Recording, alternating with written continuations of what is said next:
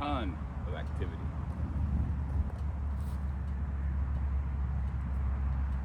This is my old-fashioned smoker.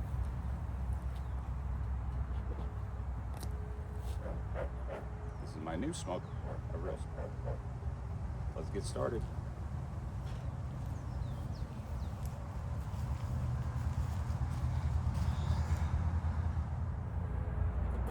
I'm gonna lift this one up just a little bit. Smoke in there.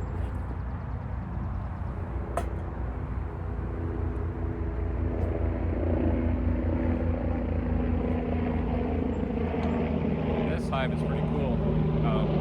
Beekeeper set stuff. You can literally set it on the side. You can't see it. It's pretty cool. Man, oh man. If you could see all these, I don't know if you can see all these. That is amazing. Totally pleasant. But the reason I'm spraying them is just to get them out of the way. I'm not trying to like calm them down. I just don't want to smash any of them. So that's a good way of doing it. This first frame, usually the outside frames are the ones that have the least on them.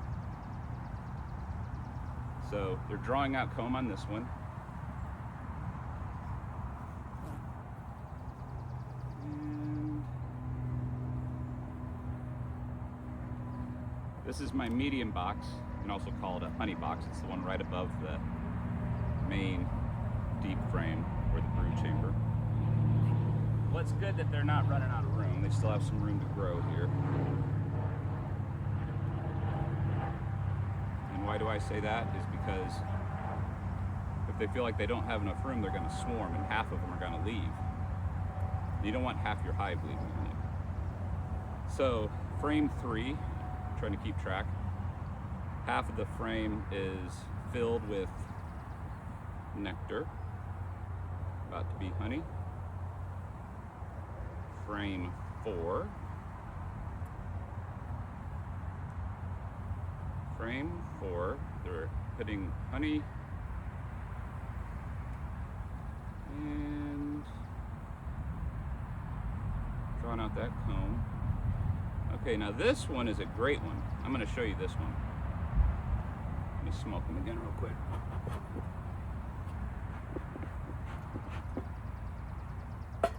This is a great one. I love seeing this one. So, even though this is going to end up being my honey box, I have not put a queen separator yet. So the queen can still get up here and lay. And you ask, well, you don't want brood or you don't want larvae in your honey. Well, what you do is, when the hive gets big enough, then you put it in. Make sure she's down there. Once these emerge, then they're gone. They become bees and they get out of the way. There's no more being laid. But in the meanwhile, you want to see a lot of brood. So a lot of brood means a lot of babies, which means a lot of bees. I just came up with it. All right, this is a great one. So this is just chock full. Okay. Also, what's interesting is, so you're going to see that is capped honey at the top. That is capped brood, okay? So it's got both on there. Then right at the bottom, you can see larvae. And the reason you can see the larvae is, and look right down there, you see the dark red and then the yellows and the dark yellows. That's pollen. So this is like the coolest frame you could ever see. The reason the larvae are down there is those are drone cells. They're bigger than these cells, okay? When I pulled this up, I pulled that apart a little bit, which is fine because drones they don't do anything other than lay around and then finally emerge when it's time to go out and mate. But that is outstanding.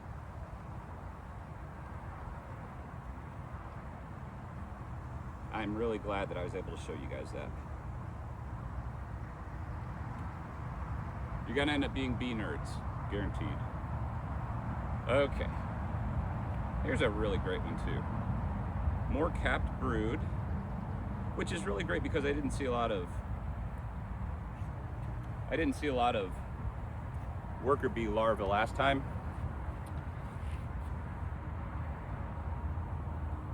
But see all the larvae in there by any chance? You see that right there? I might have to zoom in later.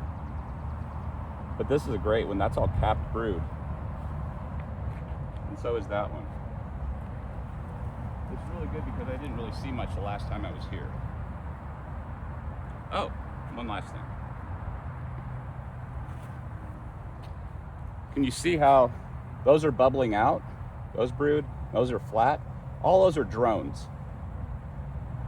It's halfway through April, so they began making drones because all the queens are going to start taking their mating flights. And every hive, everywhere in mid-April, drones in late April will take off. They'll go all, they have great big eyes because their only job in life is, see, here's another one, nectar. It has larvae. Oh, this is outstanding. It's got pollen, the reds, the yellows, the dark yellows, that's all pollen. That's what they feed the larvae in order to, that's their protein, if anyone was wondering. Okay, here's more capped brood. This is awesome. And there's honey in the corners. I won't keep, and see how pleasant they are?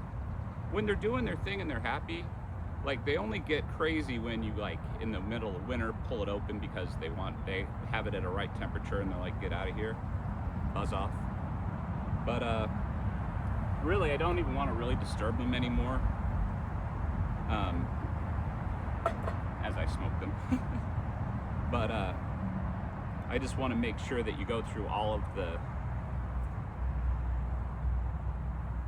okay, same thing. This is excellent. Absolutely excellent. Now I have not seen the queen, but believe it or not, I don't really want to. You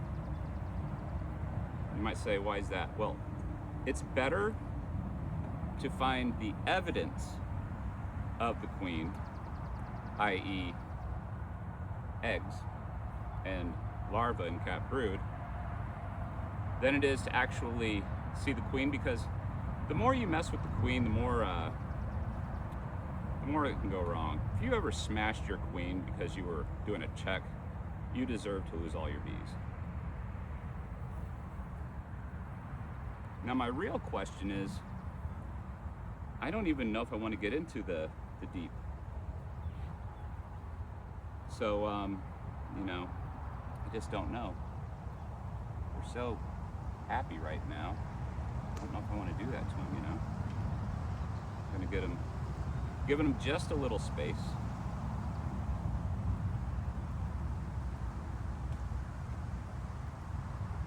On the really, there we go. The last thing you want is to smush. You got an egg, you got a queen laying an egg and you smash it. Unbelievable. That would be unforgivable. My queen is not marked because mine, they made their own queen, which is highly awesome. So last year, I don't know if you remember my content, but I had a situation where I was queenless in October and bought them a queen, a marked queen. They killed her within days when I let her loose. So they were saying, Patrick, we're gonna make our own, so just chill out.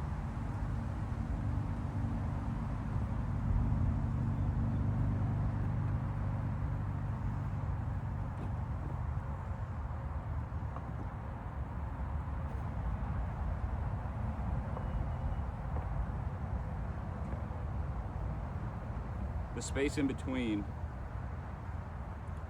this guy named Langstrom, a long time ago, came up with this, Landstraw, came up with this, and 3/8 of an inch is the exact space you want in between.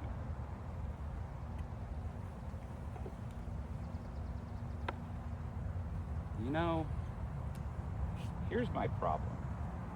I want to make sure there aren't any swarm cells, which are the big queen cells.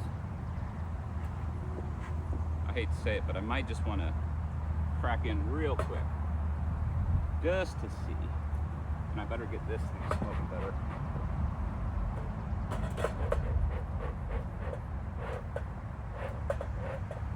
There we go.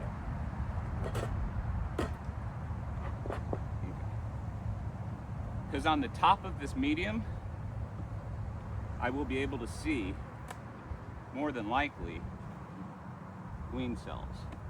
If you see queen cells, that's no bueno, because that means they might be getting ready to take off on you. So let's see.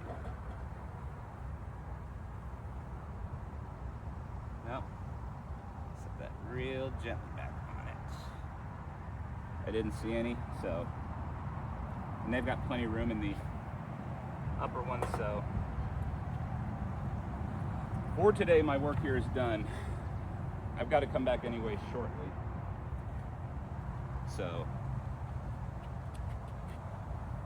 before I set these down, this will get them out of the way. And voila! The hive check is complete. That's a very... I'm going to be coming out next time. This hive, my main hive, is going to go in the corner. Then I have a new hive coming up. And May 1st is going to go right here, so I'll have 2 hives going.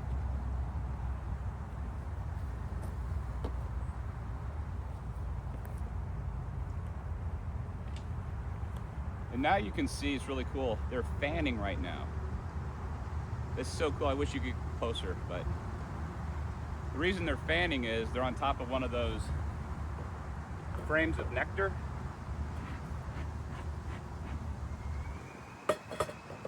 And once they put the nectar down and they've put their enzyme in by passing it from bee to bee, then they have to get all the moisture out of it, so they fan it.